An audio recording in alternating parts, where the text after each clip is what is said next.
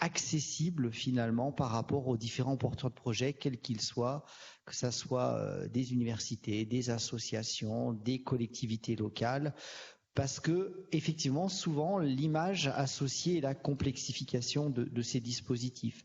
Alors je vais peut-être vous donner quelques chiffres puisque nous sortons d'une période 2014-2020 où globalement nous avons 2134 projets actuellement pour un montant de 842 millions qui ont été financés et qui seront en totalité payés avant le 31 décembre 2023. Donc je crois que c'est un beau volume, c'est aussi une première mandature où les régions, du fait d'une modification des champs de compétences, étaient donc autorités de gestion. Donc je crois qu'il y a toute une acculturation effectivement à cette gestion des fonds européens.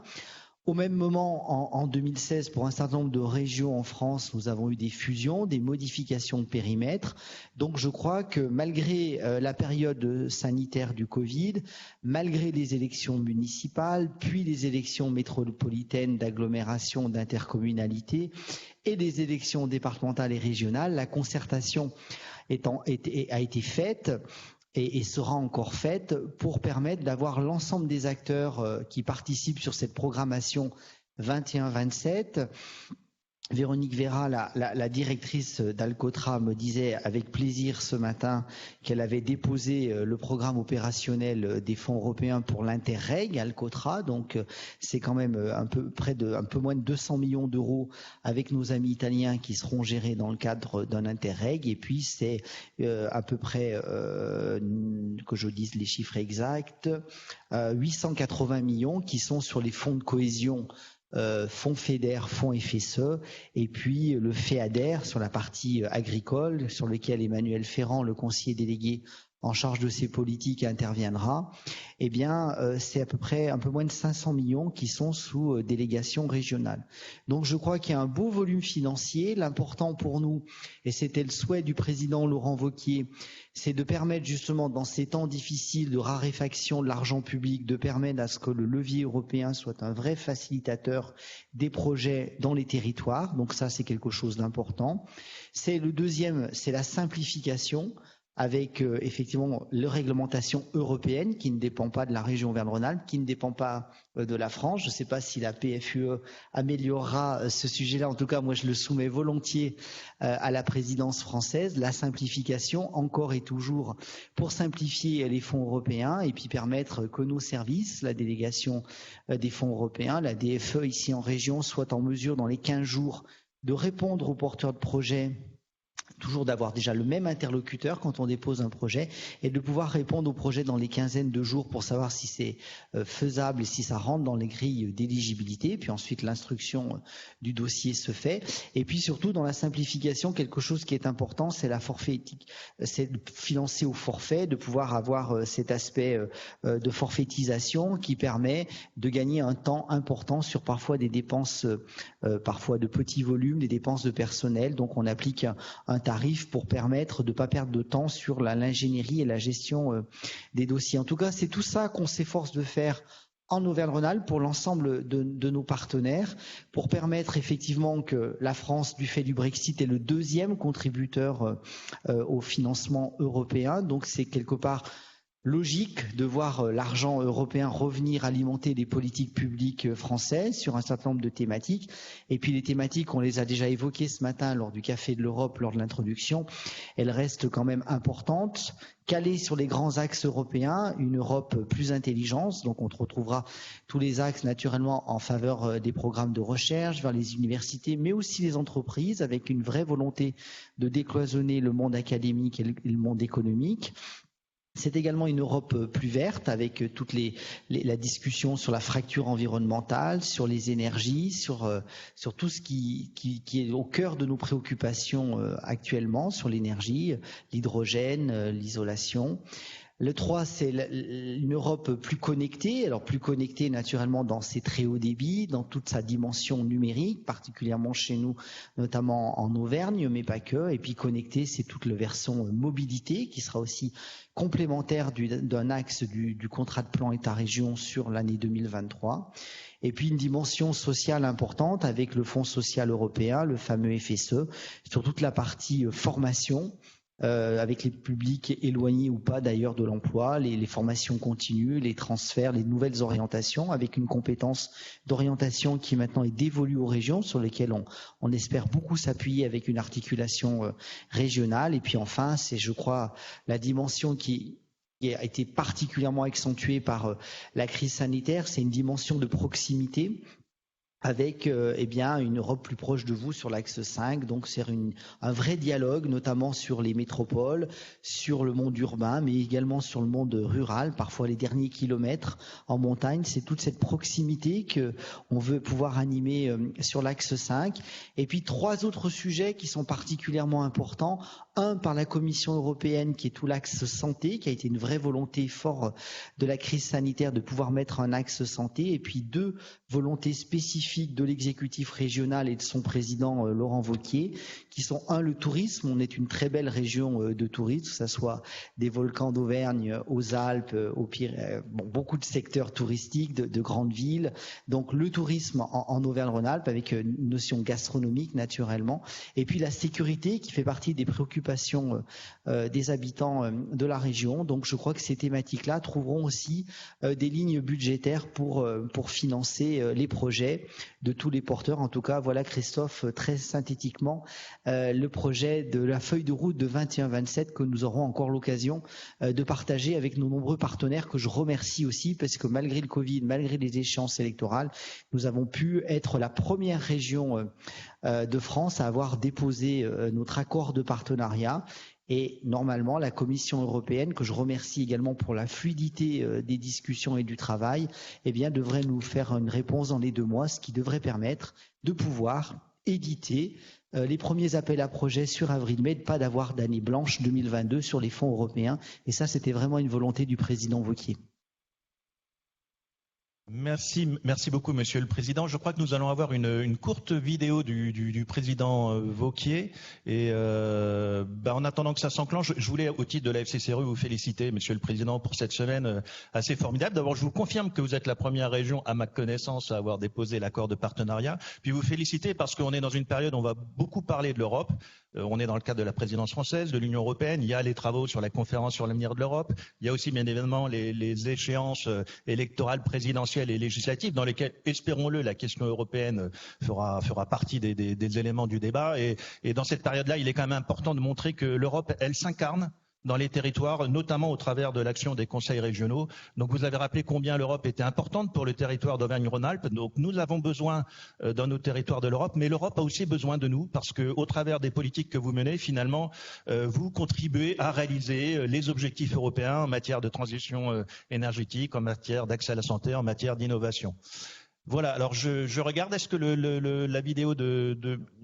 Vous remercier de votre présence et de votre attention.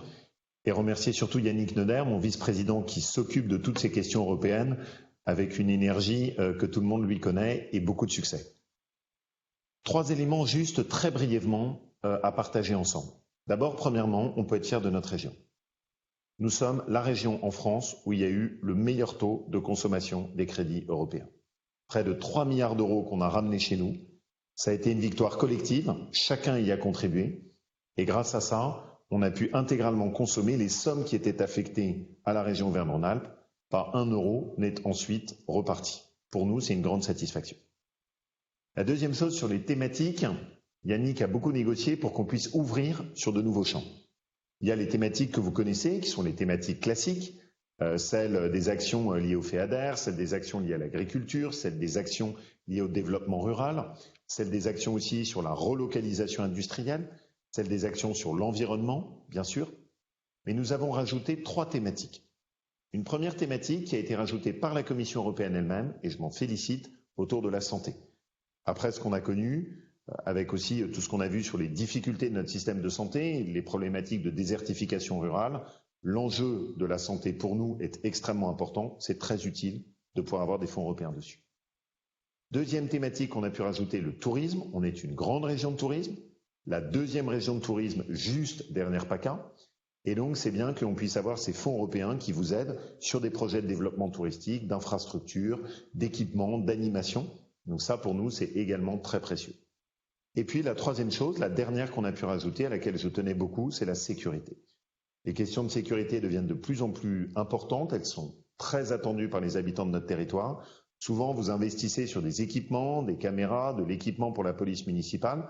Malheureusement, pour pouvoir suppléer à des désengagements qu'on a par ailleurs du pouvoir central, c'est important que nous, on puisse avoir ce soutien qui nous permette, en plus des aides de la région, de vous accompagner. Le succès dans la consommation des fonds européens, et il faut qu'on soit aussi bon la prochaine fois. Deuxièmement, le champ avec les thèmes que vous avez, et pour vous, c'est important de bien appréhender ces nouveaux thèmes qui arrivent. Et puis la troisième chose, c'est on a essayé de négocier le plus possible avec la Commission européenne pour simplifier. Les aides européennes sont précieuses, elles aident nos territoires, mais trop souvent, elles sont compliquées, elles écœurent, elles découragent. On a essayé au maximum de négocier avec la Commission pour simplifier. Essayer de faire en sorte que ce soit plus facile, plus fluide. Je ne vais pas vous mentir, on est encore très loin de ce que je souhaiterais. Et ça ne va pas ressembler aux dossiers de la région que vous avez, qui sont en 3 pages avec très peu de formalisme. Mais on a quand même pu un peu se faciliter la tâche. Elle devrait être plus facile d'accès pour nos associations, plus facile d'accès pour nos entreprises, pour nos réseaux économiques, nos réseaux culturels, sportifs. Elle devrait être plus facile d'accès aussi pour nos collectivités locales, notamment ce que je n'oublie jamais, quand on a affaire à des collectivités locales de petite taille, où on n'a pas forcément des gros moyens administratifs, et où le danger, c'est que du coup, on n'ait pas accès à ces aides, parce qu'on n'a pas le staff administratif pour pouvoir les suivre. Donc on a essayé avec Yannick de simplifier. Au total, on a un beau défi devant nous. C'est vraiment important de récupérer ces fonds européens. Ne passons pas à côté de cet argent. Soyons aussi bons pour la prochaine programmation que ce qu'on l'a été. Et surtout, on travaille ensemble. Dans notre région, on est unis. On additionne les forces, les élus, le tissu associatif, tous ceux qui créent de l'emploi, tous ceux qui permettent à notre territoire d'aller de l'avant. C'est comme ça qu'on est les meilleurs et qu'on arrive à récupérer le maximum de soutien de l'Europe. Bonne session à tous. Et permettez-moi aussi de remercier toutes mes équipes de la région qui ont préparé ça pour vous et qui ont essayé de faire en sorte que ce soit le plus fluide en lien avec tous les services avec lesquels on travaille. Merci à tous et bonne séance de travail.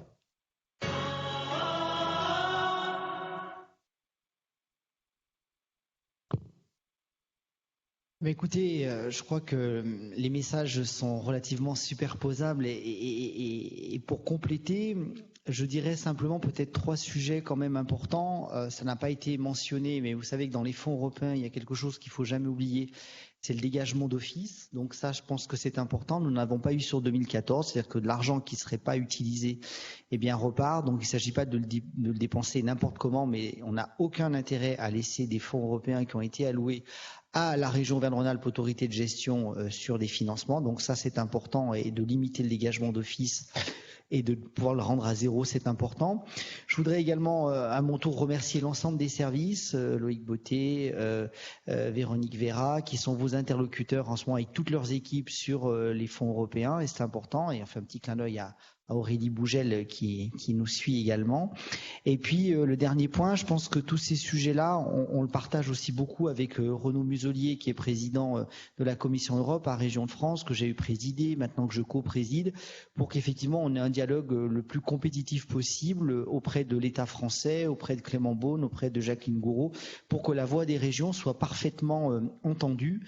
Et ça, c'est important parce que le maillage de proximité, il est important au niveau des autorités de gestion, et je pense que ce lien de proximité avec les collectivités locales, il est plus facile de l'avoir au niveau régional qu'effectivement au niveau de l'État. Donc on plaide toujours une cause importante pour nous, qui nous semble important qu'un maximum de FSE soit géré en région avec nos partenaires et nos amis des départements plutôt qu'au niveau État. Voilà.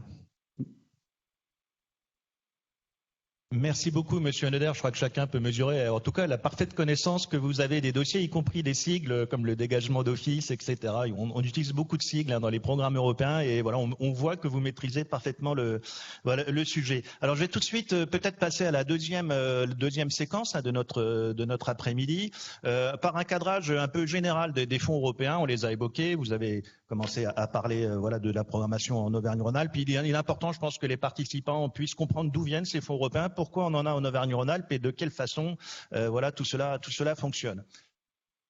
Alors, ce sont des slides qu'on a conçus avec Hortense Lutz-Hermelin, qui est la déléguée de la région Auvergne-Rhône-Alpes à Bruxelles. Et voilà. Alors, le premier slide, c'est une introduction pour vous rappeler quelles sont un peu les grandes typologies de la relation entre l'Europe et ses territoires. On a coutume de classer les politiques européennes en trois grands blocs. Il y a tout d'abord tout ce qui tourne autour de l'espace intérieur. Alors là, c'est un bloc de compétences dans lequel il n'y a pas de financement européen. C'est essentiellement de la réglementation. Mais pour les collectivités territoriales, c'est effectivement quelque chose qui est très présent, et notamment lorsqu'on a des financements européens, parce que sachez que quand vous avez des financements européens, vous êtes très contrôlé sur ces aspects de réglementation européenne, avec deux grandes thématiques qui reviennent souvent, c'est le contrôle de la commande publique, donc des marchés publics, et ce qu'on appelle les aides publiques aux entreprises ou les aides d'État. Il faut savoir que ce droit communautaire, il est très présent. On estime que le Code général des marchés publics, par exemple, ça n'est que de la transposition de droit européen en droit national. Donc je l'évoque à ce moment-là parce que c'est un peu une toile de fond des fonds européens, ces aspects de contrôle liés à ces dispositifs. Vous avez sur votre droite tout ce qui concerne les politiques d'accompagnement. Ce sont des politiques européennes dans lesquelles l'Union européenne est compétente, mais en complément, en accompagnement de politiques nationales, régionales ou locales.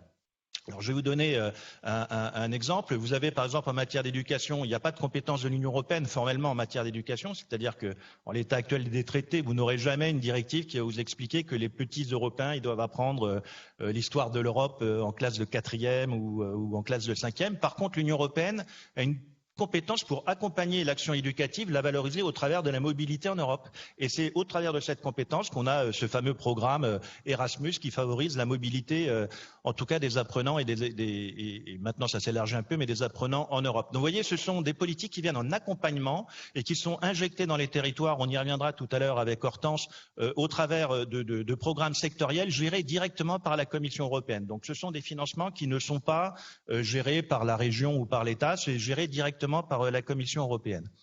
Et puis vous avez le cœur financier, entre guillemets, l'essentiel des financements européens pour les collectivités territoriales, en tout cas, qu'on trouve au travers des politiques de solidarité et de compétitivité. Donc on a trois grandes politiques. On a tout d'abord la politique agricole commune et son volet son pilier développement rural. On aura l'occasion de revenir sur la déclinaison en Auvergne-Rhône-Alpes de ce pilier avec l'intervention d'Emmanuel Ferrand.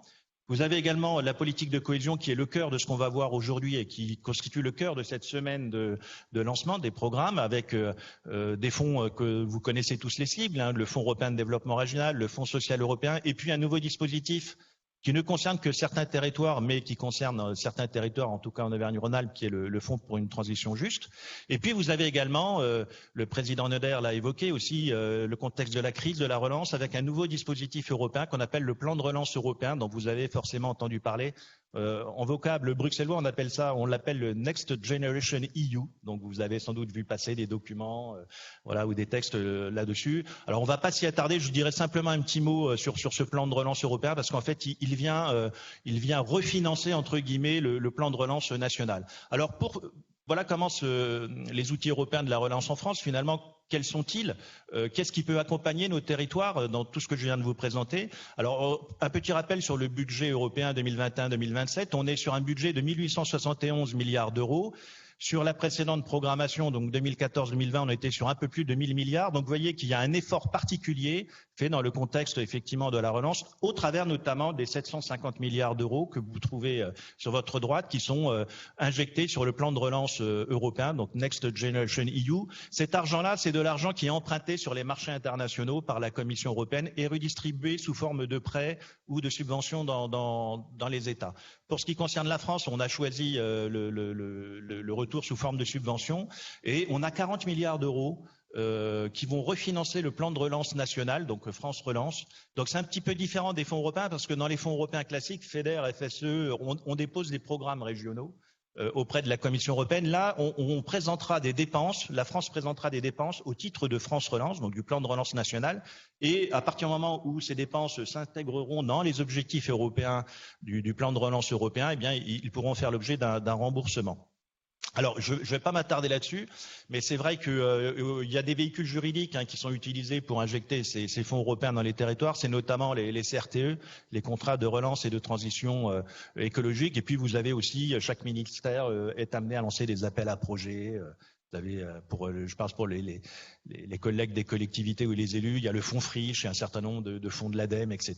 Je m'y attarde pas. Et puis vous avez le cœur de ce qu'on va voir aujourd'hui et dans cette semaine, c'est la programmation de la politique de cohésion, et notamment le Fonds européen de développement régional, le Fonds social européen et le FTJ, avec 330 milliards d'euros, dont pour la France un peu plus de 20 milliards d'euros à consommer assez rapidement, parce qu'on a plusieurs dispositifs. Le président Neuder a évoqué eh bien le dégagement d'office. Donc il y a des contraintes de consommation de ces fonds, et puis il faut savoir qu'il y a une partie aussi de ces fonds qui relève de la programmation actuelle 2014-2020, donc il faut finir de consommer dans un rythme assez rapide. Alors les deux dispositifs, vous voyez, en fait interviennent des fois sur des champs un peu commun, c'est notamment tout ce qui tourne autour de la transition énergétique, le numérique, etc. Donc, il y a une articulation à trouver entre les deux.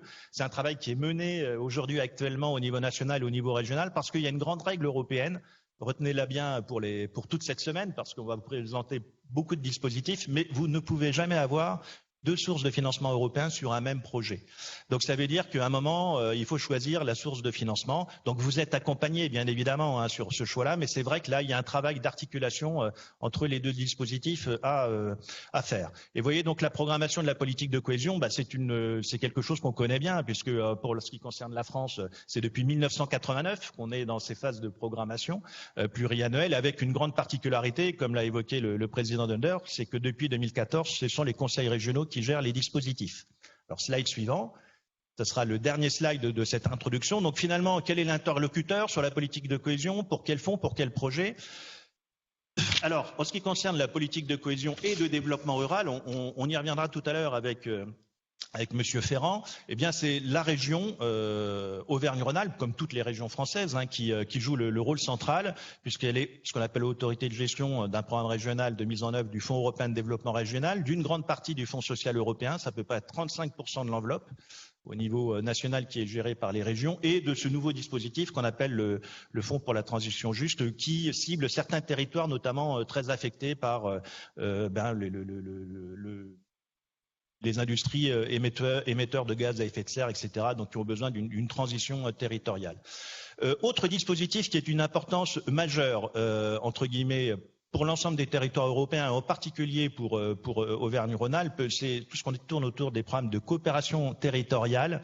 C'est ce que on appelle les programmes Interreg. Je crois que chacun a en tête ce vocable, même si il est plus normalement on doit plus l'utiliser, mais tout le monde l'utilise encore. Voilà, le programme Interreg, et bien évidemment pour Auvergne-Rhône-Alpes, c'est tout ce qui tourne autour du programme Alcotra.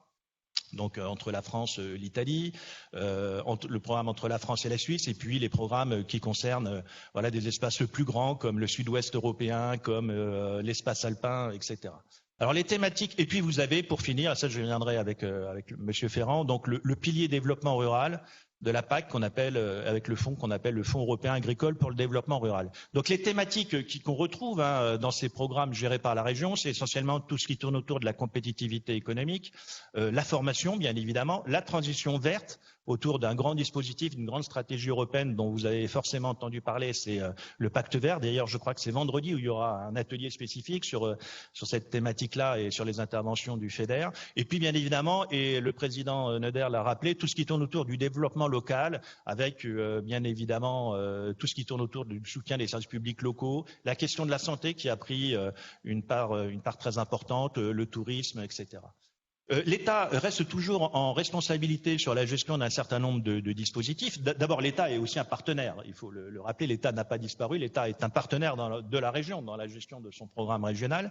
Mais l'État gère aussi une partie du FSE, du Fonds social européen, dans le cadre d'un programme national. C'est l'État et ce qu'on appelle des organismes intermédiaires. Je sais qu'il y a des collègues sans doute qui nous suivent et qui sont issus de départements. Une partie de ce Fonds social européen a été déléguée aux conseils départementaux, notamment sur le financement de leurs dispositifs d'insertion, et notamment c'est tout ce qui concerne la formation des bénéficiaires des minima sociaux, etc. Et puis l'État, c'est d'ailleurs une évolution dans le cadre de la programmation actuelle, a repris aussi une grande partie de gestion du FEADER, notamment pour des mesures qui relèvent du niveau national, ce qu'on appelle les mesures surfaciques. Mais ça, je pense que M. Ferrand on y reviendra tout à l'heure en plus en détail. Et puis, pour finir, on a évoqué les programmes sectoriels, on verra ça tout à l'heure avec Hortense. Donc, ce sont les programmes comme Erasmus, Horizon 2020, etc., qui sont gérés directement par la Commission européenne ou des agences. Par exemple, sur Erasmus, on a une agence d'ailleurs une agence dans chaque État. Et l'agence, Erasmus, pour la France, elle est à Bordeaux. Voilà. Et là, on est sur le financement de projets, plutôt des projets internationaux, innovants, qui fonctionnent sur la base d'appel à proposition. Donc voilà un petit peu quel est l'interlocuteur, pour quel fonds et pour quel projet. Retenez que c'est quand même en Auvergne-Rhône-Alpes, bien évidemment, la région qui gère l'essentiel des financements européens, comme dans toutes les régions françaises.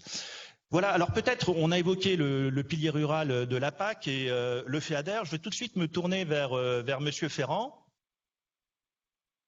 Voilà, vous m'entendez, Monsieur Ferrand? Oui, bonjour. Bonjour, Monsieur Ferrand. Donc vous êtes conseiller délégué au Fonds européen agricole. Vous êtes maire de Saint-Pourçain-sur-Sioule. Voilà, une magnifique région viticole de cette belle région. Voilà. Alors, peut-être pour un peu préciser quelle est l'action de la région et quelles sont les thématiques retenues sur le développement rural, je vais poser quelques petites questions. Donc, depuis 2014, la région Auvergne-Rhône-Alpes est autorité de gestion du FEADER, mais à partir de 2023, ça va changer. Alors, je dis à partir de 2023 parce que les négociations européennes sur la PAC, d'une façon générale, ont pris un peu de retard. Donc, on a un petit peu de retard. Il y a une période transitoire entre 2021 et 2023. Mais donc, à partir de 2023, il y a le nouveau dispositif va être en place. Alors, est-ce que vous pouvez nous en dire un peu plus? Oui, alors déjà sur la partie 2014, sur la partie 2014 qui va être modifiée en 2023, c'est qu'aujourd'hui on va avoir un seul et même plan au niveau national. Sur l'ancienne programmation, les régions avaient contractualisé directement avec l'Europe et chaque région avait son PDR, le plan de développement rural. Et en gros, l'État était un partenaire, mais n'avait pas de pouvoir entre guillemets. Aujourd'hui, l'Europe a fait un choix différent pour la prochaine programmation, qui est de faire ce qu'on appelle le PSN, le plan stratégique national. En gros, on a un seul et même plan national avec dedans le premier et le deuxième pilier de la PAC, et il est donné aux régions la gestion d'une partie du deuxième pilier de la PAC, c'est-à-dire toute la partie qui est ce qu'on appelle hors surfacique, c'est-à-dire qui ne correspondent pas aux surfaces, mais qui sont principalement sur les investissements, plus un certain nombre de mesures d'accompagnement. Alors, vous avez évoqué la période 2014-2020. Est-ce que vous avez déjà des éléments de bilan à nous fournir sur la programmation 2014-2020? Oui, évidemment. La période, alors elle était relativement difficile puisque la période 2014-2020 a été la période où l'État a transféré aux régions, vous l'avez très bien dit tout à l'heure, comme autorité de gestion le FEADER. Donc on a eu un démarrage qui était plutôt difficile, dû essentiellement à un logiciel que beaucoup de gens connaissent, s'appelle Osiris, mais pas que. Il y avait des nouvelles relations à avoir, notamment avec l'ASP, l'agence de paiement reconnue par l'Europe. Donc les 2 premières années ont été très compliquées et en plus ça tombait en plein avec la fusion des régions. Donc vous imaginez la complexité de l'ensemble. Bon, ceci dit, on a bien rattrapé l'affaire, peut-être même un petit peu mieux en Auvergne-Rhône-Alpes que dans d'autres régions parce qu'on a fait le choix immédiatement de constituer notre propre logiciel en parallèle d'Osiris pour instruire les dossiers et les payer en relation avec l'ASP. Donc on a très très bien rattrapé le retard puisque aujourd'hui en matière de programmation, d'engagement et de paiement des crédits, la région Auvergne-Rhône-Alpes est leader à tous les points. Donc on a plutôt été bien. Alors juste quelques 2-3 chiffres pour illustrer ça. Aujourd'hui on en matière d'installation des jeunes agriculteurs qui est vraiment fondamental dans la partie FEADER puisque c'est l'Europe qui finance. On est passé entre 2015 et 2021 de 530 installations à 825 installations de jeunes agriculteurs par la DJA, donc la dotation jeunes agriculteurs. Donc c'est considérable. Aucune région a été capable de faire ce qu'on a fait. Et puis en matière d'investissement sur principalement les bâtiments, mais pas simplement, on va dire l'investissement en matière agricole, c'est plus de 14 000 projets et 200 millions d'euros de FEADER investis. On a été capable de très bien rétablir, et d'autant plus avec les 2 dernières années, comme vous l'avez très bien dit, qui sont 2 années de transition, où l'Europe non seulement a maintenu les crédits, mais en a rajouté d'autres. On avait une programmation annuelle moyenne d'environ 110 millions d'euros par an et on est passé à 126 sur ces 2 années, et on a pu le faire d'une manière parfaitement et confortable. Et comme l'a dit le président Wauquiez, pas un centime ne retournera à Bruxelles. Vous avez évoqué donc les modifications en termes d'architecture de gestion avec ce plan national voilà, qui va être déposé auprès de la Commission européenne. Quelles autres évolutions on peut noter pour la prochaine programmation, notamment en termes peut-être de thématiques ou en termes de simplification, de mode opératoire? Oui, c'est tout à fait ça. Alors, comme vous l'avez bien dit aussi, on a pris un peu de retard, hein. Le retard est tant de notre côté avec l'État que l'État avec la Commission de Bruxelles. Bon, il y a déjà une première copie qui a été renvoyée. Aujourd'hui, il y a une série d'allers-retours entre l'État, Bruxelles et puis nous-mêmes. Bon, le leitmotiv, au moins pour notre région, notre président Laurent Wauquiez a dit qu'il fallait simplifier. Donc, on simplifie un maximum de mesures. On passe ce qu'on appelle au système de forfaitisation, hein, c'est-à-dire que plutôt que de demander aux porteurs de projets de nous fournir les factures jusqu'au moindre boulon, aujourd'hui on ira sur des forfaits par rapport aux investissements qui seront peut-être un peu moins précis par rapport à la dépense, néanmoins qui seront beaucoup plus faciles à instruire et à payer très rapidement, et beaucoup plus faciles aussi à constater en cas de contrôle. Bon, tout ça aussi pour faire face à une baisse budgétaire, il ne faut pas l'oublier, de 20%. Yannick l'a dit très, très bien tout à l'heure, une baisse des crédits pour 2 raisons. La première, parce que la région Auvergne-Rhône-Alpes, de sa grandeur aujourd'hui, fait qu'elle n'est plus en région de transition. Les 2 régions Auvergne et Rhône-Alpes s'associant, on a une baisse des cofinancements européens. On peut se dire tant mieux parce qu'on est riche. Tant pis, par contre, on le regrette au niveau de la partie européenne, puisque là, c'était un bon accompagnement. On veut continuer très très fortement l'effort budgétaire en faveur de l'installation des jeunes agriculteurs. Le renouvellement de génération est quelque chose de primordial dans notre région. Et puis ensuite, on va intégrer un certain nombre d'éléments qui sont par rapport à l'enjeu du changement climatique, sur l'adaptation des bâtiments d'élevage, sur l'irrigation, sur la lutte contre les différents aléas. Voilà, un certain nombre de choses. Et puis aussi, bien accentuer, on l'a vu avec la crise du Covid, plus que jamais, c'est relocaliser les productions de manière à aller vers une certaine souveraineté alimentaire. On est une bonne région productrice et on est la première région en signe de qualité, produits agricoles signe de qualité. Donc on a une forte volonté de consommer au maximum les produits sur notre région, et donc ça c'est très important et l'Europe va nous y aider. Et puis il y a le côté leader développement rural qui est dévolu aux collectivités territoriales, hein, leader et au travers des GAL, les groupements d'action locales, sont des crédits qu'on donne aux collectivités une fois qu'elles sont regroupées au travers de ces GAL pour financer des projets de moindre envergure, mais qui sont des projets qui intéressent particulièrement les territoires et particulièrement les territoires ruraux, qui sont sur des aménagements de bourgs, de la mise en valeur de patrimoine, éventuellement un certain nombre d'actions qui seraient autour de l'association, de la coopération. Enfin voilà, Leader est aussi une partie importante, c'est 5% du 2e pilier, donc on a besoin de cette déclinaison au niveau local. Pour finir, Monsieur Ferrand, peut-être un petit mot sur le calendrier de mise en œuvre? Oui, on sera prêt au 1er janvier 2023. Je sais que certains de mes collaborateurs sont là et ils écoutent, et on fait tout ce qu'il faut pour être prêt au 1er janvier 2023, pour éviter la cacophonie qui s'est passée entre 2014 et 2015-2016. Voilà, on part avec de bons antécédents, une bonne approche avec les services de l'État. Aujourd'hui, on travaille une excellente collaboration sur tous les thèmes et les sujets dont on a travaillé. Donc, je suis relativement optimiste. Après, il faut le mettre en œuvre. C'est beaucoup de travail pour mettre en route les outils, constituer toute la procédure et à mettre en route. Mais certains qu'au 1er janvier 2023, on pourra attaquer la programmation. Par contre, on va sur une programmation qui va être relativement courte, puisque moins ces 2 années de transition, on va être sur du 23-27, c'est-à-dire 4 années de programmation. Et j'allais presque dire, une fois qu'on va attaquer 2023, il faudra presque déjà qu'on pense à 2027 et la future PAC qui viendra derrière celle qu'on va mettre en œuvre. Très bien, écoutez, un grand merci, Monsieur Ferrand, Monsieur le maire, de votre disponibilité, d'avoir pu vous rendre disponible. On aura l'occasion cette semaine, je pense, de revenir dans plusieurs temps, dans plusieurs ateliers sur les problématiques du développement rural et notamment aussi du programme Leader. Un grand merci, Monsieur Ferrand. Voilà, alors je vous propose de passer à la deuxième séquence. Voilà, donc c'est une séquence de présentation entre guillemets plus en détail du programme. Alors il y aura d'abord une présentation, voilà, des grandes lignes des programmes gérés en Auvergne-Rhône-Alpes. Puis ensuite nous aurons une table ronde, voilà, avec les différents collègues en charge de ces dossiers au sein de la région Auvergne-Rhône-Alpes.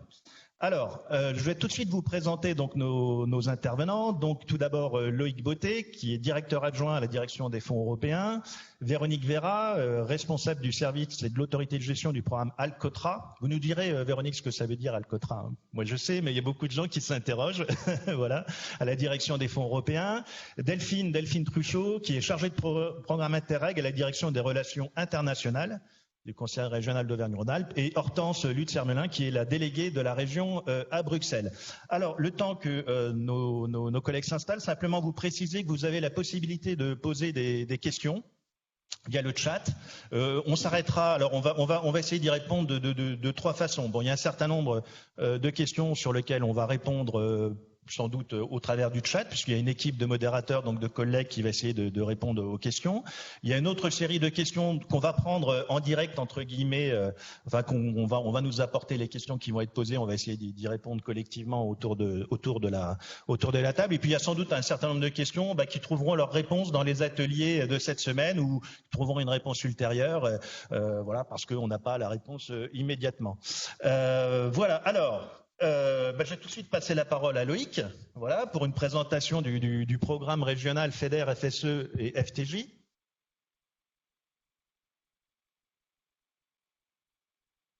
Bonjour. Alors, je vais repartir sur quelques fondements et quelques rappels qui ont déjà été cités donc, par les différents intervenants, donc, de manière large. Donc, les programmes FEDER FSE s'inscrivent dans ce qu'on appelle les objectifs thématiques.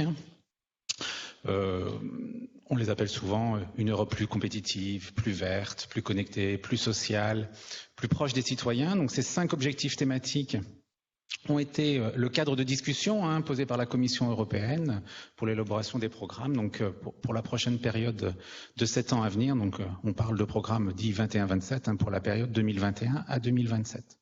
Voilà, donc comme vous le verrez dans les développements à venir, voilà, toutes les actions qu'on retrouve dans le programme se retrouvent dans ces 5 objectifs thématiques.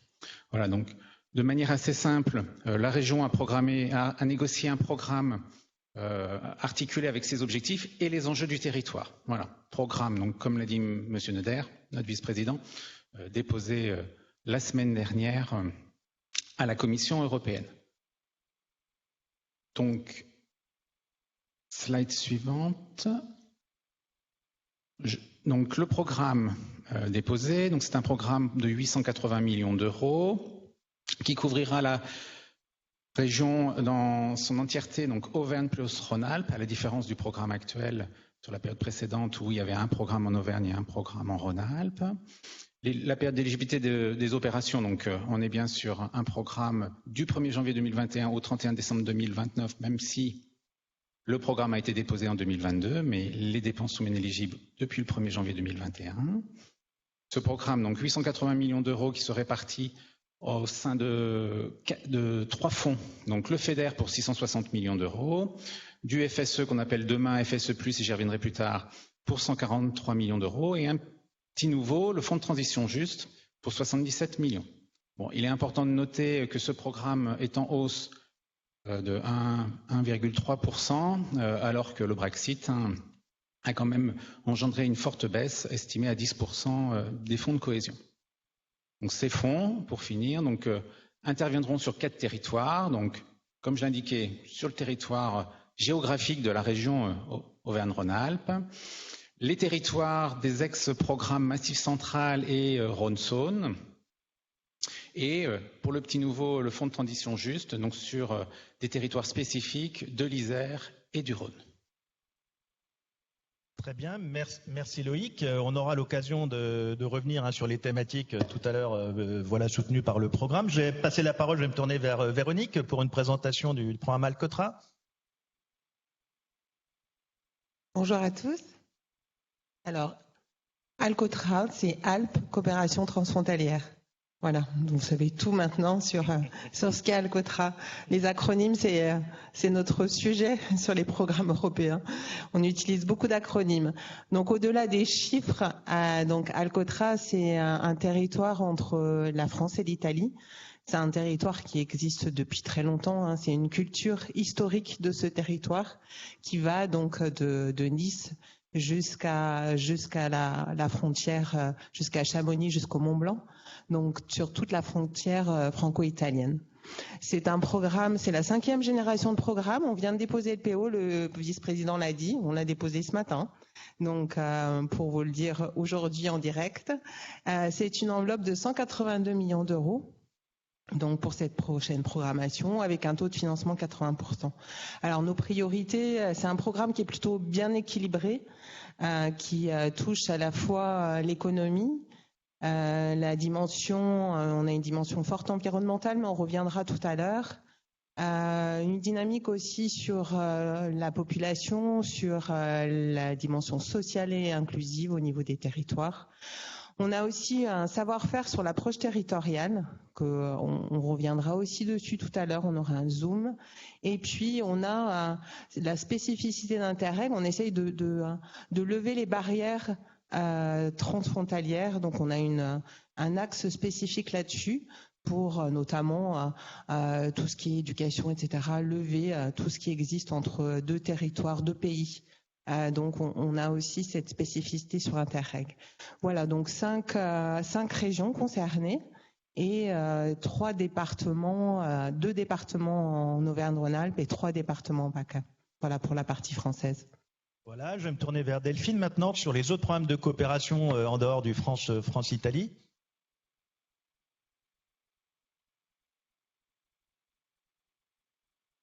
Je ne sais pas s'il marche votre micro. Est-ce qu'on m'entend maintenant? Voilà, merci. Donc en dehors du programme Alcotra France-Italie, la région elle est impliquée de par son territoire aussi transfrontalier dans 5 autres programmes européens, Interreg. Donc le France-Suisse, avec laquelle elle a une frontière directe, mais également 3 autres programmes transnationaux, donc sur des bassins de vie couvrant plusieurs pays. L'Arc alpin, avec Interreg Espace Alpin. Le programme méditerranéen qui suit tout le pourtour nord de la Méditerranée, donc avec le Rhône qui se jette dans la Méditerranée. Voilà, ça a son importance dans ce bassin méditerranéen. Ensuite, on a le sud-ouest européen qui va de l'Auvergne jusqu'au Portugal. Et puis Interreg Europe qui va couvrir toute l'Union européenne et quelques pays associés. Je ne pourrais pas rentrer dans le détail de chaque thématique sur chacun de ces programmes, mais ce qu'on peut retenir de façon générale, c'est que la transition écologique, le Green Deal ont une part importante dans tous ces programmes, tout comme dans Alcotra, également la recherche et l'innovation, et puis également la partie gouvernance, c'est-à-dire travailler sur un peu les effets négatifs de ces frontières et comment travailler mieux ensemble au-delà de ces obstacles. Merci beaucoup Delphine. Alors pour finir, Hortense, donc on a évoqué tout à l'heure les programmes sectoriels gérés directement par la Commission européenne. Est-ce que vous pouvez nous en dire un peu plus ?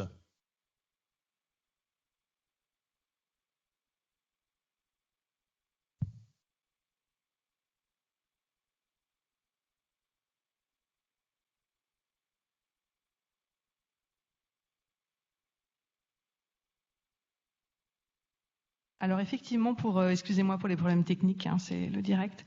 Pour conclure ce panorama, effectivement, vous dire 2 mots des programmes d'accès direct à Bruxelles. On les appelle programmes thématiques ou sectoriels.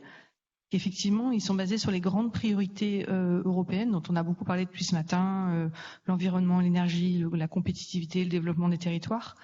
Et vous connaissez certainement certains de ces programmes, par exemple Erasmus, qui est connu pour la mobilité étudiante, mais qui permet aussi des actions dans les écoles ou pour les jeunes ou pour le sport. Peut-être que vous connaissez également LIFE, qui est un programme dédié à des actions en matière d'environnement et d'énergie. Ou alors un programme qui a changé de nom, mais qui est d'un intérêt certain pour les communes, les collectivités, qui s'appelle le programme Citoyenneté, Égalité, Droits et Valeurs, qui permet de mettre en œuvre des actions, par exemple, sur la participation citoyenne, l'égalité, des jumelages de villes, etc.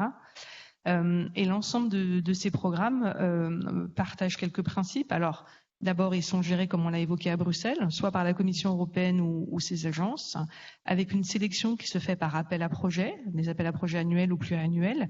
Et évidemment, on est dans un cadre européen, donc on va devoir démontrer que le projet il a une plus-value européenne. C'est-à-dire que l'argent européen va permettre de faire plus et mieux que ce que vous auriez fait en menant votre projet tout seul. Donc le plus souvent, c'est des programmes, on va vous demander un partenariat d'au moins 3 partenaires de 3 pays, et puis sont attendus également des projets avec un certain niveau d'exemplarité, d'excellence, un caractère pilote, un caractère transférable. Donc une certaine exigence, une certaine sélectivité aussi, c'est des programmes qui sont très compétitifs, mais je peux que vous encourager à tenter votre chance, parce qu'au-delà du financement européen, vous pouvez vraiment gagner en visibilité et ouvrir de nouveaux partenariats pour votre territoire. Et en tout cas, sachez que vous pouvez être accompagné, que ce soit au niveau national ou local ou régional, par différentes structures. On a cité tout à l'heure l'agence Erasmus, le relais Culture Europe pour le programme Europe Créative. Vous avez des centres Europe Direct qui maillent tout le territoire. Et puis évidemment, la délégation de la région à Bruxelles que je représente et sera ravie de vous accompagner si vous voulez vous lancer sur ces programmes. Merci beaucoup Hortense. Et en tout cas, je peux confirmer qu'en Auvergne-Rhône-Alpes, il y a un enjeu autour de ces programmes sectoriels, parce qu'on peut imaginer qu'il y a un portefeuille de projets, peut-être par rapport à d'autres régions, qui est assez intéressant. Alors, je vous propose maintenant de rentrer dans un petit peu, de détailler un petit peu tout ça, notamment. Là, je vais faire un petit focus sur les thématiques qu'on retrouve dans ces programmes. Alors, on a d'abord, et le président Noder l'a évoqué, tout ce qui est autour de la compétitivité économique, l'innovation, le soutien aux acteurs économiques. Je vais me tourner vers Loïc. Alors, comment on retrouve ça dans le programme FEDER FSE régional? Alors, le soutien, donc comme vous l'indiquez, à l'innovation et à la compétitivité, donc s'inscrit vraiment, on est dans la continuité de ce qui faisait sur la période précédente.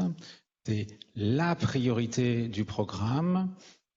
Pourquoi la priorité? Parce que c'est la priorité la plus dotée. À ce stade-là, 269 millions d'euros prévus pour ces enjeux-là. Et puis, c'est une priorité forte pour la Commission européenne, puisqu'elle nous a engagés à vraiment se mobiliser dessus. Donc, 3 domaines. Le premier, la recherche et l'innovation, donc qui concourt aux projets de recherche publics et privés, et qui encourage les transferts technologiques vers les entreprises. Un deuxième domaine, les usages numériques. Les actions imaginées accompagnent la transformation numérique des entreprises, mais aussi le développement de e-services. Quand je parle de e-services, c'est des services pour améliorer le lien entre les collectivités et les citoyens, développement de la e-santé, des outils de cybersécurité, etc. Un petit sujet spécifique sur les usages numériques, le THD, donc le très haut débit, la fibre, puisqu'il est prévu aussi de finir le déploiement de la fibre sur l'Auvergne, pour des raisons d'éligibilité, je ne rentrerai pas dans les détails. Et enfin, un dernier sujet fort sur cette priorité, c'est les actions en faveur des entreprises, alors que ce soit par de l'ingénierie financière, c'est on va dire 80% des actions que l'on a imaginées en termes de soutien, mais pas que, il y aura aussi un certain nombre d'actions pour du soutien aux PME, PME touristiques, etc. Très bien. Alors Delphine, du côté de la coopération territoriale, si on prend par exemple l'exemple du programme France-Suisse, comment c'est intégré ça? Alors effectivement, la recherche, l'innovation, y compris l'association des entreprises sur ces programmes Interreg est réelle. D'une part, quand on parle de recherche, d'innovation, de performance, on arrive très vite dans des projets partenariaux qui peuvent intégrer plusieurs partenaires européens. Donc à cette fin, les programmes Interreg peuvent être complémentaires à par exemple des programmes Horizon Europe. À noter quand même que les programmes Interreg, ils vont être positionnés non pas sur la recherche fondamentale, mais sur la phase finale de ce processus d'innovation, c'est-à-dire la partie expérimentation et commercialisation.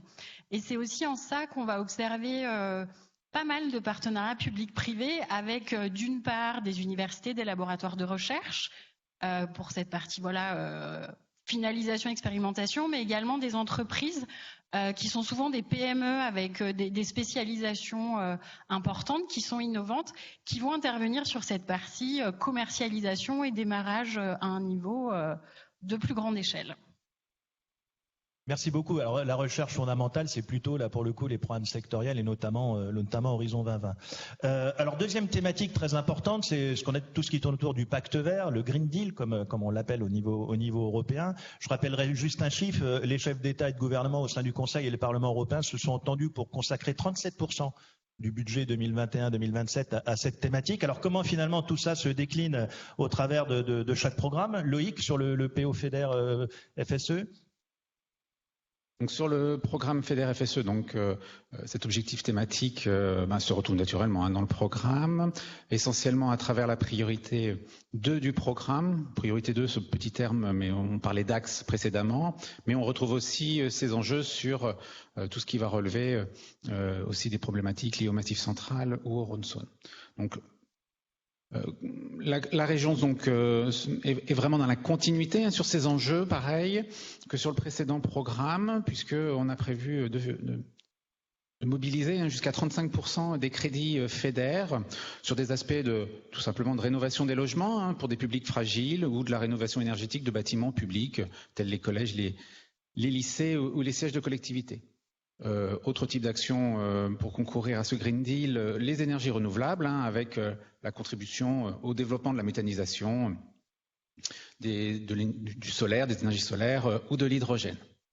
Une petite nouveauté tout de même, puisque a été écrit dans le programme des sujets liés à l'écologie positive, donc des aspects liés à l'adaptation au changement climatique, par exemple des actions de lutte contre les îlots de chaleur, ou aussi des actions en faveur de l'économie circulaire, ou dit autrement, comment réduire nos déchets. Et enfin, sur ces aspects-là, on y retrouve naturellement la mobilité urbaine. Alors pourquoi urbaine ? Ce n'est pas le choix de la région, c'est la Commission qui, dans les discussions, a souhaité que l'on cible l'urbain plutôt que le monde rural. Et dans cette thématique, il s'agira de soutenir l'intermodalité ou les mobilités durables. Attention toutefois, sur ces aspects-là, au final, peu de crédits et un autre frein que nous a imposé la Commission, qui est que sur la mobilité, on ne financera pas les sujets de matériel roulant. Alors ça a été imposé, je fais une petite parenthèse, à toutes les régions françaises. Ça faisait partie des débats qu'on avait entre la France et la Commission européenne. Je vais me tourner vers Véronique sur Alcotra. Cette priorité Pacte Vert, comment elle se décline? Alors sur Alcotra,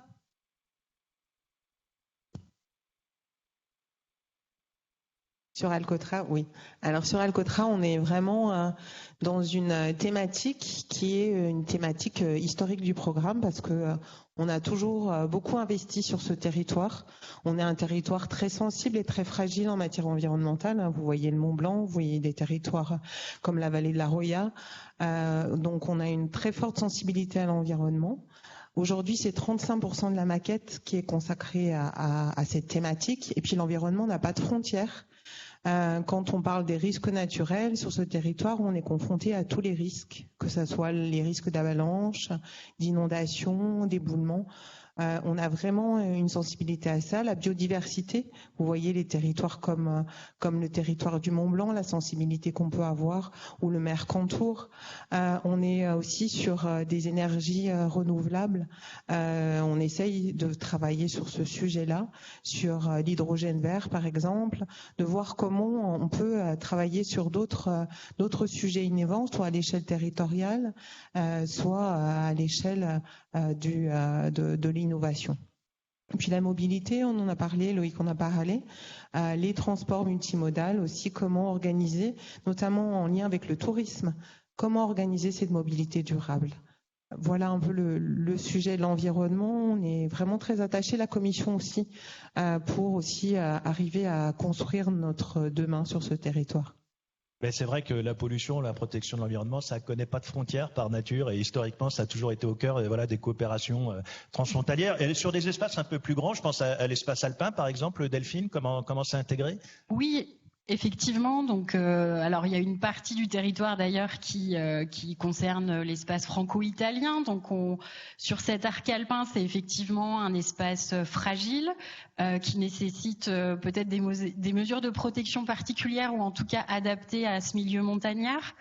Comme beaucoup de programmes Interreg, c'est vrai que le programme Espace Alpin a placé la thématique de l'environnement parmi ses premières priorités.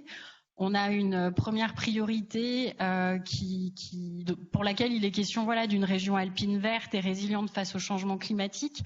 Et puis la seconde priorité qui va être axée sur la neutralité et également la consommation des ressources. Et c'est vrai que par rapport à ça, dans peut-être les problématiques qui sont plus présentes que sur la période 2014-2020, on va retrouver l'économie circulaire. Parce que c'est également quelque chose qu'il est intéressant de travailler en dehors de l'aspect national et par-delà les frontières avec la structuration de filières, les problématiques de consommation locale et puis également de réutilisation de certains matériaux et de valorisation des déchets. Très bien, merci beaucoup. Alors, je vous propose peut-être, on va passer à une première série de questions qui viennent de nous parvenir via le chat. Alors d'abord, une question facile. L'autre est moins facile, mais là, une question facile. Voilà, quel est le taux d'intervention du FEDER et du FSE? Alors peut-être Loïc, et puis un petit complément en ce qui concerne ensuite les programmes Interreg. Merci. Donc, les taux sont... C'est un sujet assez simple, mais en même temps compliqué. Simple, pourquoi? Tout simplement parce que ils sont imposés par la Commission européenne. Ils évoluent sur la prochaine période. Pourquoi je dis ils évoluent? Tout simplement parce que sur le territoire Auvergne-Rhône-Alpes, la région restera découpée avec un territoire, le territoire auvergnat, qui reste en région en transition, pour lesquels donc le taux moyen sera de 60% de FEDER ou de FSE. Quand sur le territoire Rhône-Alpes, où la région est classée en plus développé, le taux sera en moyen de 40%. Et pourquoi je dis que c'est complexe? Tout simplement parce que sur ces aspects-là, les fonds européens sont toujours le dernier cofinanceur. Et donc, à ce titre-là, ils s'adaptent au plan de financement. Et donc, ce sont des taux, on va dire, moyens à atteindre. Et les choses peuvent être un petit peu différentes pour les porteurs de projets. Voilà. Très bien. Et sur Interreg ? Pour Alcotra, on est au taux maximum réglementaire, c'est-à-dire on est à 80% d'aide du FEDER. Très bien, Delphine, sur les autres programmes. Alors effectivement, la Commission donne un maximum qui est de 80%, qui peut ensuite être décliné par programme, voire par mesure à l'intérieur d'un même programme. Sur le programme France-Suisse, on devrait être à ce taux maximum de 80%, qui peut être réduit pour diverses raisons qu'expliquait Loïc aussi. Et sur Espace Alpin, 75%. Voilà, on est à peu près dans cet ordre d'idée de 70-80% sur la prochaine programmation. Très bien. Alors, une question un peu plus difficile à répondre. Voilà, une question de nos amis du département de la Haute-Savoie, mais je pense que c'est une question qui intéresse beaucoup de collectivités en Auvergne-Rhône-Alpes. Est-ce qu'un projet, j'en ai un peu parlé, j'en ai un peu évoqué tout à l'heure, mais est-ce qu'un projet financé par le plan de relance national, donc France Relance, peut émarger à des fonds européens 2021-2027, notamment dans le cadre du programme régional? Je prends la parole pour pouvoir répondre à cette question. Alors, vous l'avez cité, il y a incompatibilité entre les fonds européens. Pourquoi je dis simplement ça? Tout simplement parce que derrière le plan de relance de la France, tout le monde a à l'esprit les 100 milliards qui ont été mis sur la table. Derrière se cachent 40 milliards, un tout petit peu moins de 40 milliards, d'un fonds particulier qu'on appelle FRR. Je me souviens plus de l'acronyme, mais c'est Fonds de résilience et de relance ou quelque chose. Facilité pour la reprise et la résilience. Et donc, comme c'est un fonds européen, à partir du moment où il intervient sur une opération qui sollicite du FEDER, du FSE ou d'autres types de fonds, il y a incompatibilité. Mais c'est là où les choses se compliquent, c'est que c'est pas parce qu'il y a du fonds de relance qu'il y a toujours du FRR derrière. Et donc, ça oblige à analyser, à discuter avec les collègues de l'État pour qu'ils nous apportent réponse. Donc, je vais le dire comme ça, sollicitez-nous à partir du moment où vous avez ces questions-là. On dispose d'outils, on sait analyser, discuter avec nos collègues de l'État pour pouvoir voir si c'est compatible, mais on reste vigilant tout de même. Oui, la bonne nouvelle, c'est qu'il y aura un financement, au final, sans doute, financement, que ce soit au titre de la FRR ou des fonds structurels. Dans les points névralgiques, c'est notamment, nous on a beaucoup de remontées, je prends ma casquette à FCCRE, sur la rénovation énergétique des bâtiments, sur le numérique, où effectivement, là, on a des champs de, entre guillemets, pas de conflit, mais d'une convergence à trouver entre les dispositifs. Il y a normalement un guide, je vous le dis, il y a normalement un guide d'articulation entre les deux dispositifs qui a été élaboré au niveau national, mais qui renvoie quand même beaucoup, voilà, un dialogue avec la région et l'État. Et je crois que c'est le meilleur conseil à vous donner. Si vous avez un doute, il faut, voilà, solliciter les collègues de la région et de l'État qui trouveront le meilleur moyen de financer votre projet. Alors, on passe à une deuxième série de thématiques. Monsieur Noder l'a évoqué, hein, les territoires d'Auvergne-Rhône-Alpes, comme tous les territoires en Europe, ont été fortement marqués par la crise, hein, et voilà, et la crise sanitaire, la crise sociale, la crise économique. Comment finalement les programmes se sont adaptés à ces nouvelles priorités? On a évoqué la question de l'accès aux soins de santé, qui dans les précédentes programmations était quasiment inéligible au fonds européen, et puis on voit qu'effectivement c'est une problématique qui est devenue cruciale pour la cohésion des territoires en Europe. Alors je vais me tourner peut-être vers Loïc, comment tout ça est pris en compte dans le programme régional FEDER-FSE? Alors j'aurais tendance à dire que dès le début des négociations, la Commission avait imaginé des évolutions. Donc juste avant la crise, les choses avaient déjà bougé. Vous citiez la santé, voilà un très bon exemple. Tout simplement pourquoi, je vais l'illustrer, le Fonds social européen, donc le FSE, s'appelle demain FSE+. Pourquoi? Tout simplement parce que un certain nombre de nouveaux sujets pour le FSE sont éligibles, dont la santé. En plus, la crise est passée par là et n'a fait qu'affirmer ce besoin pour cette nouvelle thématique. Donc, la région a fait le choix dans son programme de vraiment développer des axes santé. Pourquoi des axes santé? Un axe santé au titre du FEDER et un axe au titre du FSE, en cherchant à les articuler au mieux pour lutter contre les déserts médicaux, par exemple, ou favoriser l'accessibilité aux soins. Bon. Toute mesure gardée, l'enveloppe allouée est quand même faible, hein, mais la région imagine bien aussi intervenir sur d'autres aspects en articulation avec l'État, l'ARS, l'Agence régionale de santé par exemple, pour des sujets d'équipements structurants médicaux ou des aspects en faveur de la télémédecine. Et dernier point sur ces nouvelles thématiques, donc le tourisme et la culture que l'on a déjà évoqué dans les précédentes discussions. Pareil, une enveloppe assez contrainte, mais l'objectif de la région à travers cette nouvelle mesure est d'essayer de redonner du souffle à un tourisme de qualité en Auvergne-Rhône-Alpes en essayant de financer quelques beaux projets touristiques ou culturels d'envergure régionale. Alors Véronique, le secteur de la santé se pose avec une acuité particulière sur les espaces transfrontaliers. Le secteur du tourisme a beaucoup souffert, bien évidemment, hein, sur ces espaces-là. Comment c'est intégré dans Alcotra? On a tout de suite aussi eu des bénéficiaires qui ont tout de suite réagi en fait. Déjà dans le 2014-2020, on a eu des acteurs qui se sont organisés tout de suite après la crise pour inventer d'autres modalités d'accès aux soins. Par exemple, on a eu des choses sur la Tarentaise, on a eu un projet qui a été cité par la Commission européenne, MISMI, Validaos et Tarentaise, qui est comment on a organisé les soins, la télémédecine avec des populations qui étaient isolées.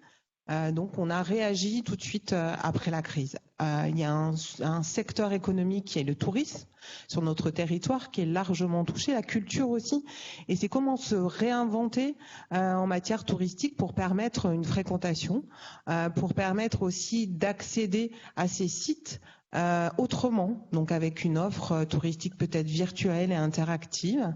Donc c'est aussi comment on se réinvente sur ce territoire pour imaginer d'autres typologies de projets. Et ça, on va accompagner dans le cadre de notre programme cette nouvelle organisation. Et puis, il y a la dimension sociale aussi qui est importante. Comment, à partir de cette crise, on réinvente aussi des formations. Des jeunes qui aujourd'hui ne peuvent plus se déplacer ou se déplaceront peut-être plus au sein de l'Europe et de l'Italie parce qu'ils ne pourront plus se déplacer aux États-Unis et ils se faciliteront aussi les échanges avec plutôt les universités comme Turin. Donc c'est toutes des choses aussi qui c'est à la fois organisé différemment, peut-être aussi saisir les opportunités pour construire des nouveaux projets. Donc là, on sera aussi, nous, sur Alcotra pour accompagner les bénéficiaires, imaginer d'autres choses avec les partenaires au niveau des territoires. Et j'ai peut-être pas dit en introduction, peut-être que sur les programmes Interreg, la règle, c'est qu'il y ait minimum un bénéficiaire côté italien et un bénéficiaire côté France. C'est ça la spécificité de nos programmes. C'est quelle est la plus-value transfrontalière pour réaliser nos projets. Et ça, c'est vraiment important. Merci beaucoup. Je crois que c'est très clair. Alors, autre point qu'a évoqué Monsieur Noder, c'est l'approche territoriale, donc la façon dont on soutient les projets de territoire. C'est pas nouveau, hein, bien évidemment. C'est une thématique forte des fonds structurels, mais dans cette programmation, c'est entre guillemets sacralisé et formalisé au travers d'un objectif spécifique. Donc, comment cette dimension est intégrée dans le programme régional, Loïc ? Alors oui, c'est pas une nouveauté. Les fonds européens soutiennent depuis plusieurs années, dans le programme précédent, ils soutenaient déjà cette approche territoriale. Et donc, on s'inscrit dans la continuité. Toutefois, les échanges avec le partenariat ont montré l'importance de faire évoluer les choses. Le choix a donc été fait de plutôt partir sur des appels à projets dédiés au monde urbain et des appels à projets dédiés au monde rural. L'idée, c'est d'intervenir sur des champs auparavant exclus du FEDER. Alors, quand je dis ça, je pense à des enjeux de sécurité ou de rénovation urbaine, mais en continuant bien sûr à financer des thématiques connues sur la période précédente, comme la revitalisation commerciale. Cet aspect-là du développement des territoires, des approches territoriales, donc oui, priorité 5, l'axe 5 du programme, mais pas que, puisqu'il y aura aussi des aspects à voir côté Massif central et Rhône-Saône, donc en s'inscrivant bien sûr dans une certaine continuité. Je pense par exemple côté Massif central aux aspects d'attractivité, comment l'améliorer, notamment par le tourisme et la culture. Petit nouveau, comme je l'ai cité, le fonds de transition juste, pareil. Donc, ce fonds particulier qui va accompagner les transitions vertes, la diversification économique du territoire permettra aussi, de participer à ces approches territoriales. Pourquoi ? Parce que d'un coup, c'est un fonds qui est très centré. Donc, j'ai indiqué sur les départements de l'Isère et du Rhône, mais c'est vraiment très centré puisque c'est la Vallée de la Chimie côté Rhône ou la périphérie grenobloise. Très bien. Et donc sur Alcotra, Véronique ? Alors sur Alcotra, on est dans une démarche territoriale depuis plusieurs générations. Alors vous avez tous entendu parler des PITER, donc c'est les plans intégrés territoriaux, et on a toujours favorisé cette démarche de co-construction sur les territoires. À la fois, c'était une démarche qu'on appelle bottom-up, c'est-à-dire qui remonte des territoires.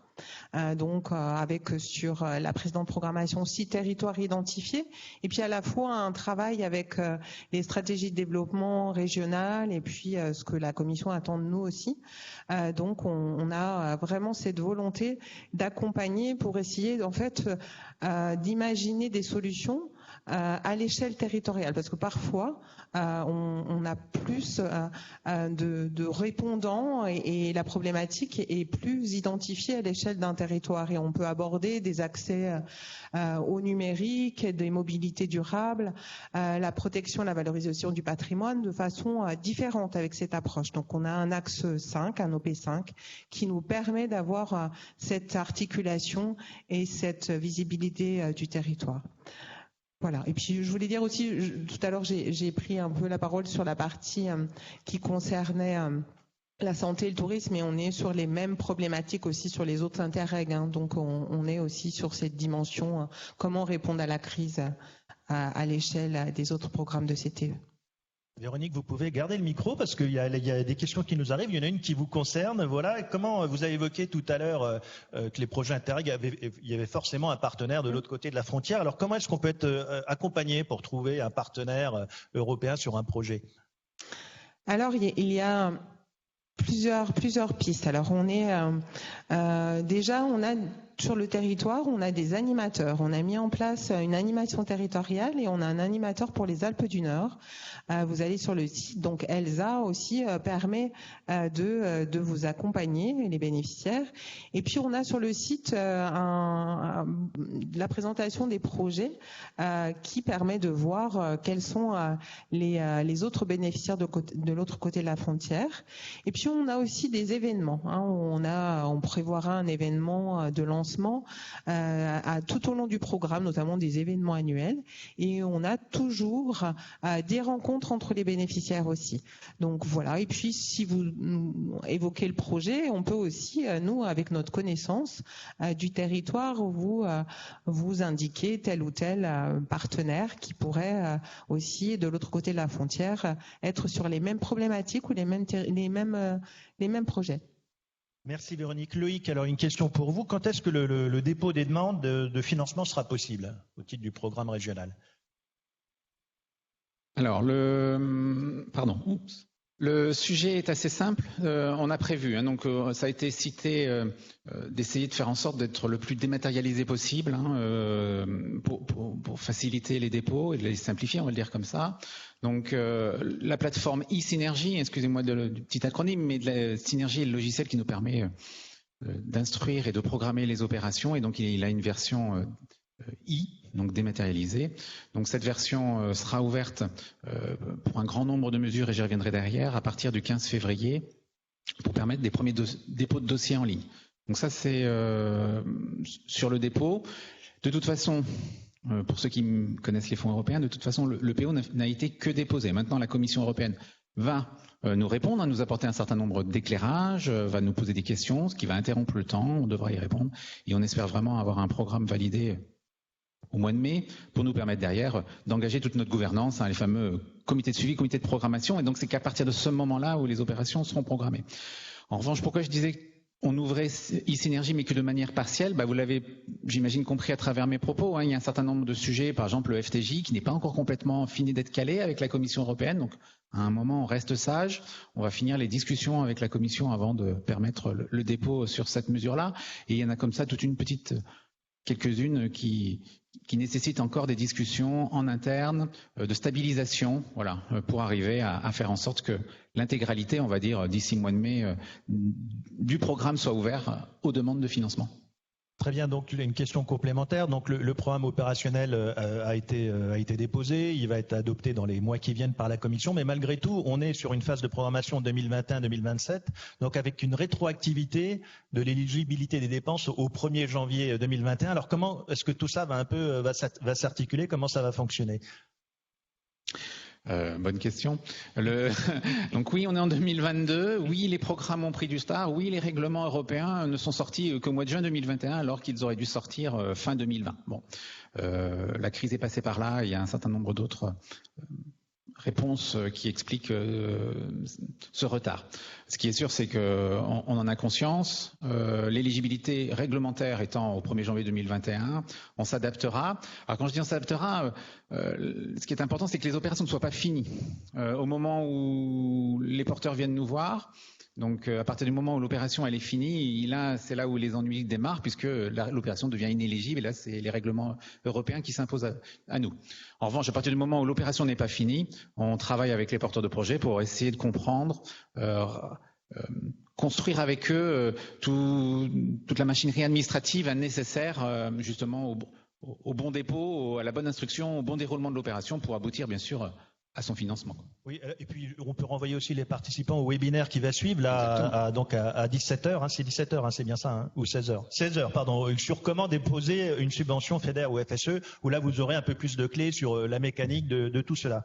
On va aborder peut-être deux autres thématiques pour finir cet atelier. D'abord, on a beaucoup parlé d'emploi et de formation, c'est avec les nouveaux défis liés à la relance et les nouveaux besoins liés à la crise. Alors, est-ce que vous pouvez nous dire un petit peu comment va fonctionner le FSE, qu'on appelle maintenant FSE+, parce qu'il a vu son champ d'élargi, son champ d'intervention élargi. Donc la région est sur certaines thématiques, l'État est sur d'autres. Est-ce que vous pouvez nous présenter un petit peu tout ça ?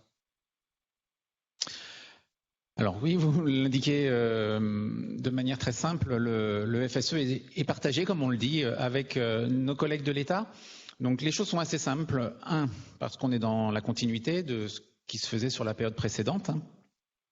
Quand je dis la continuité, les aspects que gérait la région sur les enjeux de formation, d'orientation, de création d'entreprises, continueront à être gérés par la région.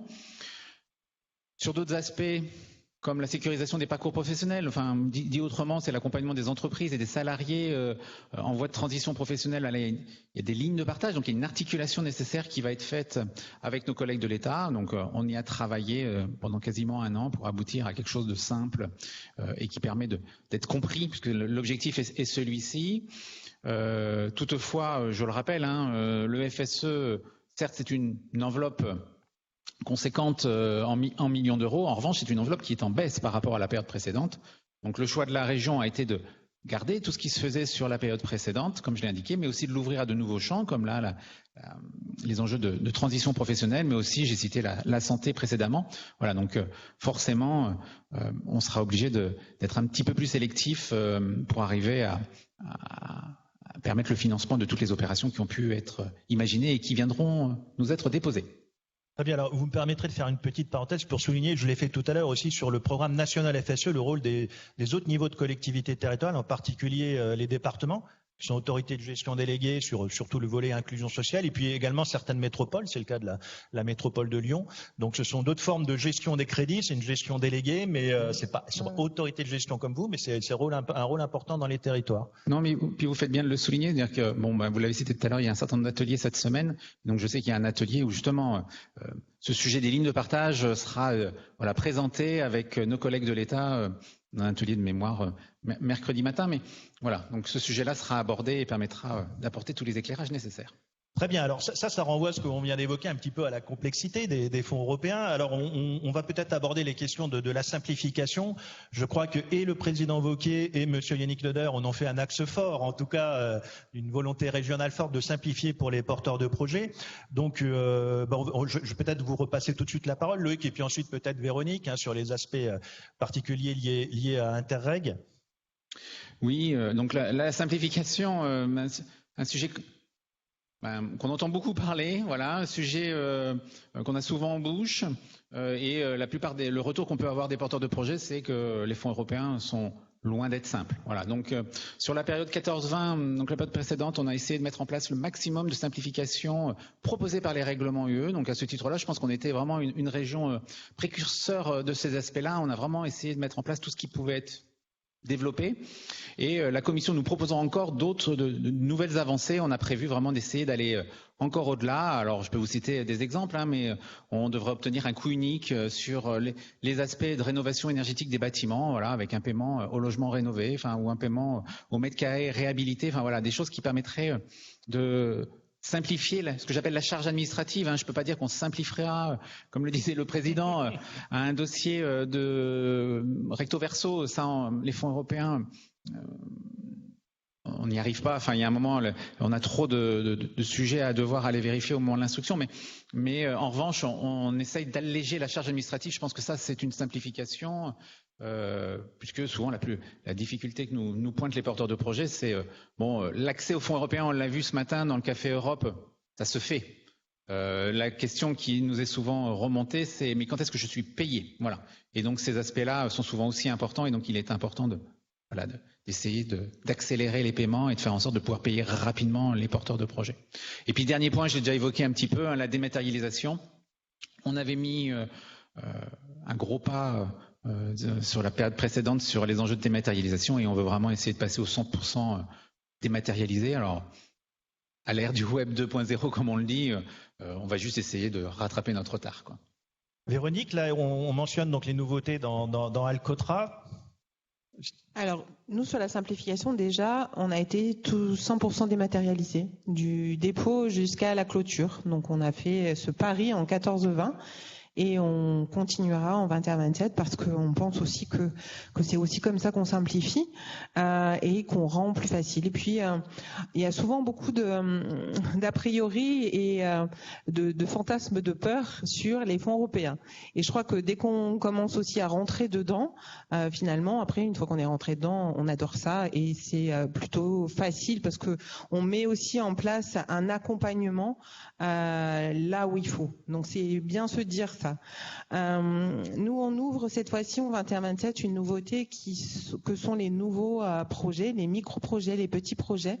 Notre objectif, c'est qu'il y ait des bénéficiaires qu'on ne touchait pas jusqu'à maintenant, des petites associations, des petites collectivités locales, des regroupements de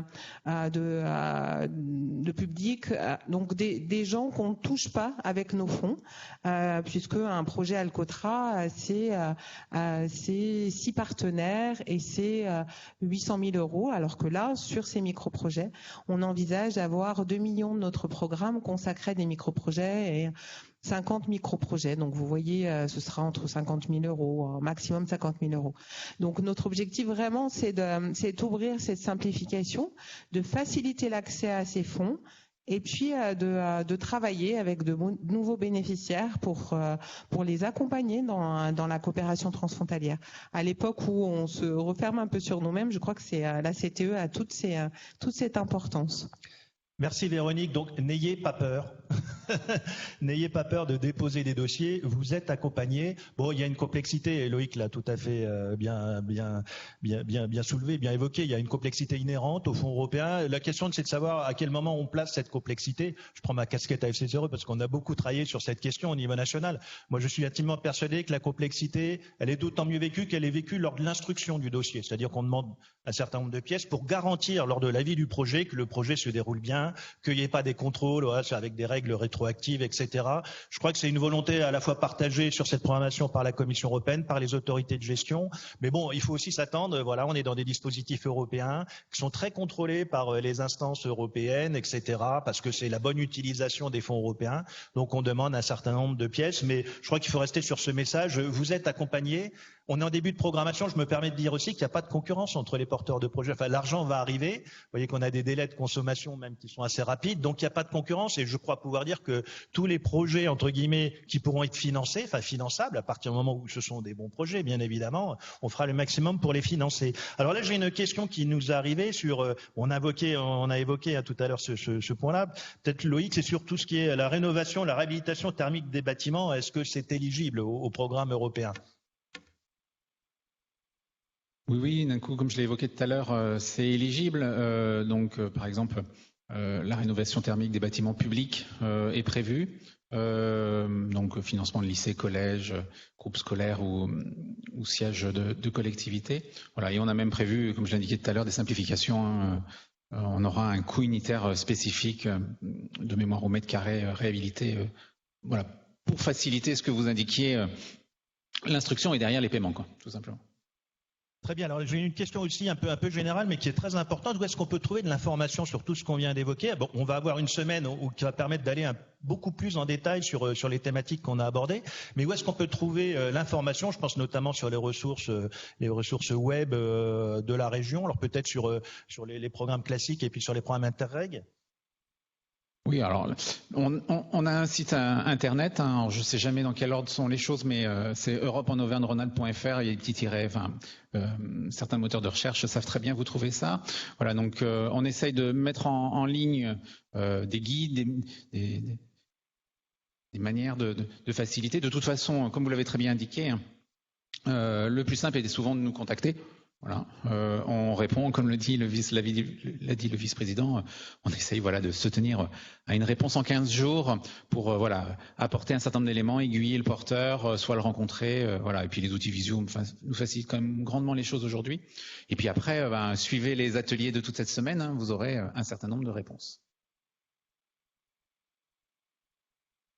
Pour faire une réponse sur les programmes de coopération Interreg, d'une part, on va retrouver un certain nombre d'informations de premier niveau sur le site L'Europe s'engage en Auvergne-Rhône-Alpes, qui est commun aux divers fonds européens dans la région. Ensuite, il faut savoir que chaque programme dispose de son site internet. donc sur lequel vous allez retrouver des exemples de projets, le programme qui est en passe d'être déposé ou déjà déposé, et puis aussi des points de contact. Véronique parlait tout à l'heure d'animateurs qui sont sur le programme Alcotra. On en retrouve sur la plupart des programmes. Qui peuvent s'appeler des fois point de contact national. Vous trouverez toujours une page sur laquelle les contacter, ce qui est des fois plus facile que d'aller contacter directement l'instance gestionnaire du programme.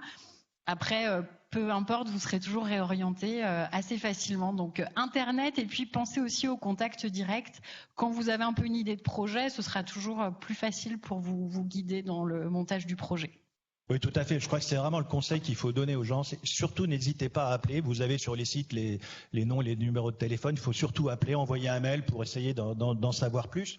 Le diaporama qu'on a présenté, l'ensemble du diaporama sera disponible sur la plateforme de la semaine. Donc ça, et puis encore une fois, je renverrai vers les autres ateliers. Vous me permettez simplement de faire un petit peu de pub pour la FCCRE, parce que nous aussi on fait tout un tas de webinaires d'information tous les jeudis matins. On appelle ça les jeudis de l'info de la FCCRE sur les questions européenne d'une très générale. Hein. C'est pas dans nos webinaires vous saurez comment déposer un dossier en Auvergne-Rhône-Alpes, mais sur des thématiques un peu plus générales, notamment sur les jumelages entre villes européennes, par exemple, comment ça fonctionne, ou sur des thématiques un peu transversales. Je pense à un qui est très présent dans les fonds européens. On va faire un webinaire sur comment intégrer la problématique d'égalité des chances entre les femmes et les hommes dans la vie publique locale à l'aide des fonds européens. Donc voilà, c'est un peu transversal sur l'ensemble des dispositifs européens.